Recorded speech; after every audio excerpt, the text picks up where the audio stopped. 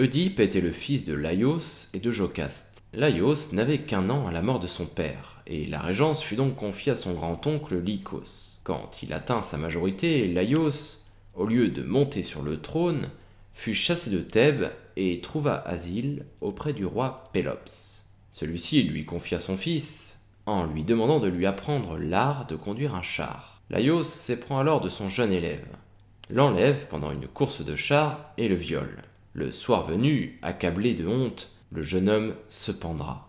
Le roi va alors maudire Laios, lui et sa descendance. Laios s'enfuira et retournera à Thèbes où son oncle était mort. Laios pourra alors monter sur le trône et choisira pour femme Jocaste. Mais le couple n'aura pas d'enfant. Il décide donc de consulter l'oracle de Delphes, qui leur prédit que les dieux ne voulaient pas qu'ils enfantent. S'ils réussissaient néanmoins à avoir un enfant, celui-ci tuerait son père et épouserait sa mère. Pendant un temps, ils décidèrent donc de s'abstenir. Mais un jour, le désir était trop fort et un fils vint au monde. Laios ne put se résoudre à tuer son enfant sous peine de mettre encore plus en colère les dieux. Il décida donc de le confier à un berger et ordonna de l'emmener très loin, au cœur de la montagne, et de l'abandonner pour qu'il soit dévoré par les bêtes sauvages. Les tendons de ses chevilles seront même sectionnés pour éviter qu'il ne s'échappe. Le berger va arriver sur le mont Cithéron après lui avoir fait percer les chevilles pour l'accrocher à un arbre.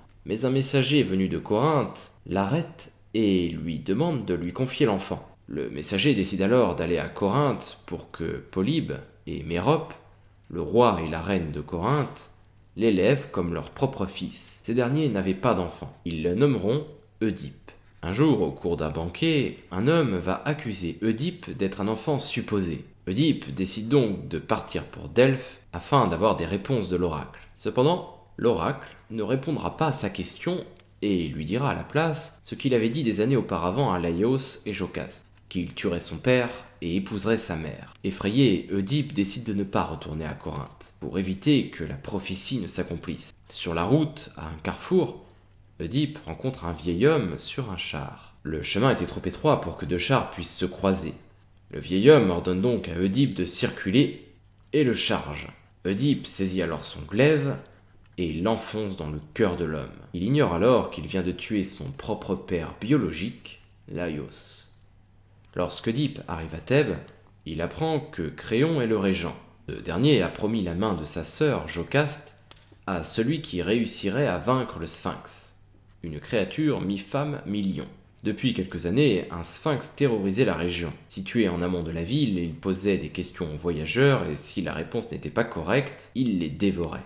Oedipe décide donc d'affronter le monstre des enfers. L'énigme posée était la suivante. Quel être a 4 pattes le matin, 2 le midi et 3 le soir? Oedipe réfléchit un moment, mais il répond enfin au sphinx. Quand il est enfant, au matin de sa vie, il marche à 4 pattes.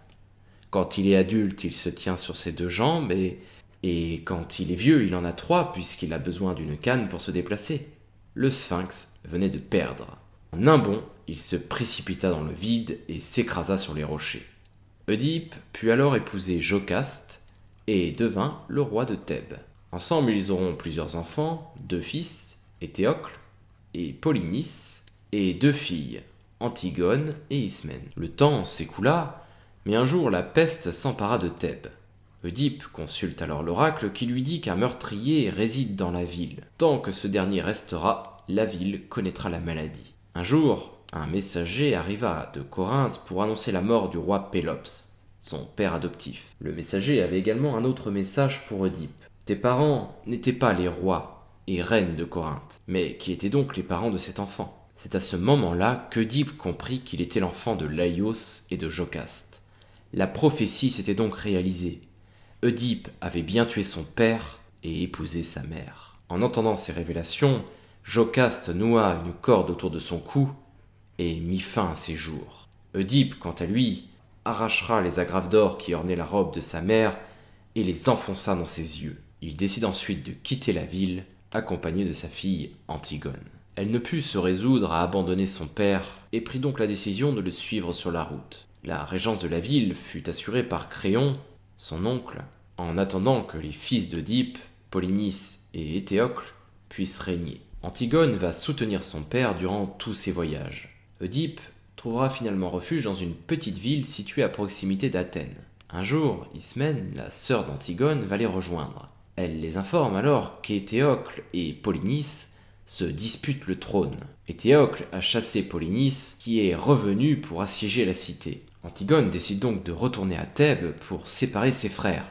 Polynice et Éthéocle s'affrontaient déjà lors d'un combat singulier. Éthéocle transperce de son glaive son frère, mais lorsqu'il se retourne vers les siens, victorieux, Polynice se redresse et enfonce son épée dans le dos de son frère. C'est ainsi que tous deux meurent. À la suite de ces événements, Oedipe se laissera mourir. Créon deviendra le roi et ordonnera que le corps de Polynice, qu'il considère comme un traître, reste sans sépulture, afin qu'il se fasse dévorer par les animaux. Mais pour Antigone, cela était inacceptable. Elle annonce qu'elle enterrera donc son frère, s'opposant ainsi à son oncle. Dans la nuit, Antigone ira chercher la dépouille de son frère et lui offrira les funérailles qu'il mérite. Après avoir atteint son objectif, elle est arrêtée par les gardes qui l'emmènent devant Créon. Ce dernier doit agir pour affirmer son autorité. Antigone doit mourir. Sous les regards effarés des habitants de la ville, elle marche jusqu'à son tombeau et franchit le seuil. Les gardes font alors rouler la pierre qui en garde l'entrée et Antigone devra attendre la mort dans ce tombeau scellé. Et c'est en effet la mort qui viendra la délivrer de son supplice.